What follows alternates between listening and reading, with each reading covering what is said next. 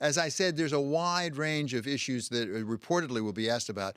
But what is at the top of the list? Is it really all the money the banks are making and what they're doing with that money, and particularly how they're helping some of the neediest? Well, David, I actually think how the big banks, and for that matter, most of the financial sector got through the last year is a success story. We did not see disruption in the financial sector. I would argue that some of that was because of the regulatory reform that was put in place by the Dodd-Frank bill about 12 years ago. I know sometimes the big banks have pushed back on some of the capital requirements, but I'm glad they were well capitalized through this crisis. I do think one of the questions I've been focused on is, while we've seen the economy in many ways recover, we still have seen dramatic loss, particularly in the minority community. We lost 440,000 black banks. We lost upwards of a third of Latino-owned businesses. We were able to get in some of the relief packages, $12 billion for community development financial institutions that lend to these generally minority institutions. I want to hear from the big banks. Many of them have talked about what they want to do to support, small business and minority-owned business. I'd like to see a little more flesh on the bones, though, other than just their kind of advertisements on how that's going to be real, because that's a sector where we still have huge losses. Senator, I wonder if there could ever be a connection between the two things you just mentioned. That is to say, some of the tighter regulatory constraints, and particularly reserve requirements and things in the wake of the great financial crisis on the one hand, and not making some loans to some of the people who may need it the most because they've tightened their lending practices. And was that a mistake or not? I think you've got to strike this balance. I do think, even our community-based banks oftentimes don't want to take the time to support a lot of these, bootstrapped sole proprietor businesses that may need lending under 50,000. So, you still got to do a lot of due diligence. So I think there may be a way if we can invest and we put $9 billion of Tier 1 capital into CDFIs. They have the expertise to lend to these smaller startup businesses. I actually think there may be a way if the larger, the SIFI banks had, they talk a lot about what they want to try to do to help some of these disadvantaged communities. Frankly, I don't think they've leaned in enough. And there are certain things in terms of these large institutions, even sometimes placing deposits at black-owned banks, MDIs, or CDFIs. So I think there's a menu of things that we can do to actually help. The unfortunate situation was we lost, as I said, about 1/5 of all the black-owned businesses. That wipes out a generation of wealth creation. And if we're going to really build back in a way that's better for all Americans, we've got to deal with this access to capital issues that minority communities and, frankly, a lot of rural communities have. Yeah, that's a stunning number, I must say, Senator. To turn to a slightly different issue now, but one that's really occupying a lot of people in New York and Wall Street, let's talk about cryptocurrency and what's going on with the Bitcoin and the other cryptocurrency, wild fluctuations up and down. Do you think that is material to our financial system? Should we be worried about it? Is it off to the side? And is there regulation there that should be at least looked at? This is an area that I think that's crying out for some level of regulation. Now, let me start with acknowledging, distributed ledger technology makes sense, but we have seen, not only the wild fluctuations of some of the cryptocurrencies, we've actually seen companies that have a different business model, that their business model is becoming, buying crypto. I'm not sure whether that touches their SEC filings.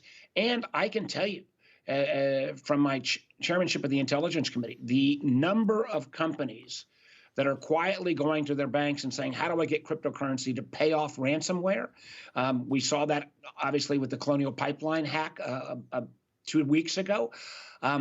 I think FinCEN at least ought to be notified of some of those payments, because my concern is some of these cryptocurrency payments may be going into the pockets of people who our country is sanctioning. But this is such a wild west area at this point. I don't want to limit the possibility, but I do think we need some guardrails. Talking about guardrails, let's talk about Belarus. I mean, because you have had a prominent position in the Intelligence Committee for a long time here. What do you make of what's going on there right now, and particularly Russia's involvement? I think it's outrageous. You've got a third country plane with Ryanair flying from one NATO city to another NATO city, and this plane, in a sense, being hijacked. I think this goes at the heart of whether the West, as a whole, is going to stand up to Russia. Obviously, the Belarus administration is the only reason that president still is sitting there is because of support from Putin. We've seen dramatic pushback against his autocratic tendencies in the streets of Minsk and for a number of months. But Putin, again, supports repressive regimes in his neighborhood and, frankly, around the world. And I think we need to stand up against this. This cannot be condoned or acceptable. And I think it's appropriate that the EU and others ought to be taking Western aircraft out of Belarus airspace, and for that matter, cutting back on Belarus flights into NATO or Western countries. President Biden has confirmed that he will have a summit meeting now with President Putin in the middle of June over in Geneva, Switzerland. Is that wise? Listen, I think it's important that we sit down and talk with our adversaries. But let's not forget for a moment that Putin has two goals. One, to constantly, and he's done a pretty good job of this, constantly show disruption in the West and undermine America.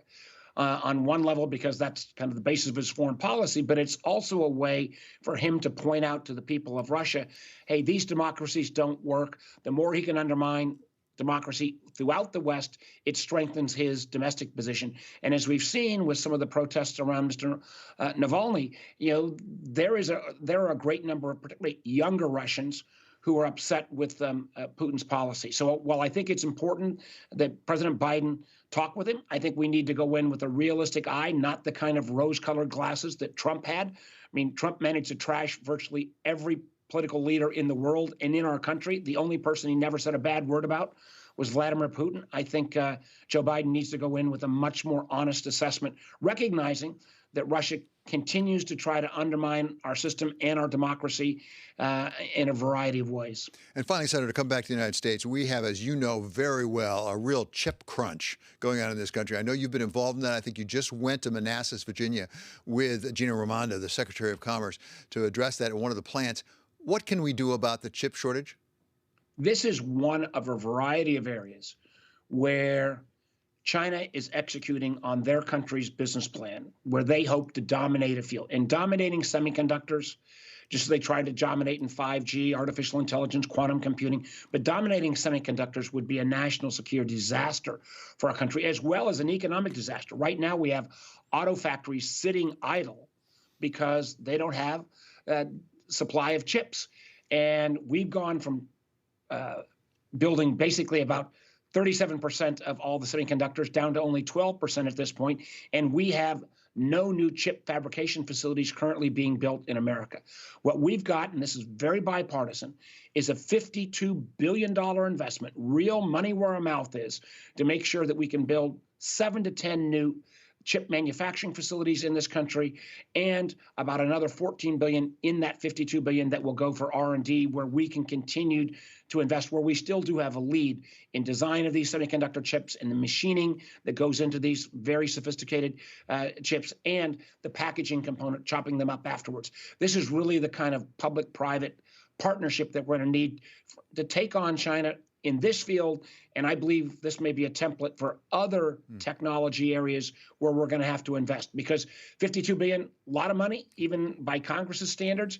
But if you look for a moment, China's got $150 billion that they're investing in semiconductors, and that doesn't even touch on Taiwan, where literally Taiwan has made such investments that 63% of all the semiconductors being manufactured today are coming out of Taiwan. One of the reasons why China continues to put more pressure on Taiwan. So this is both a national security and a domestic economy issue.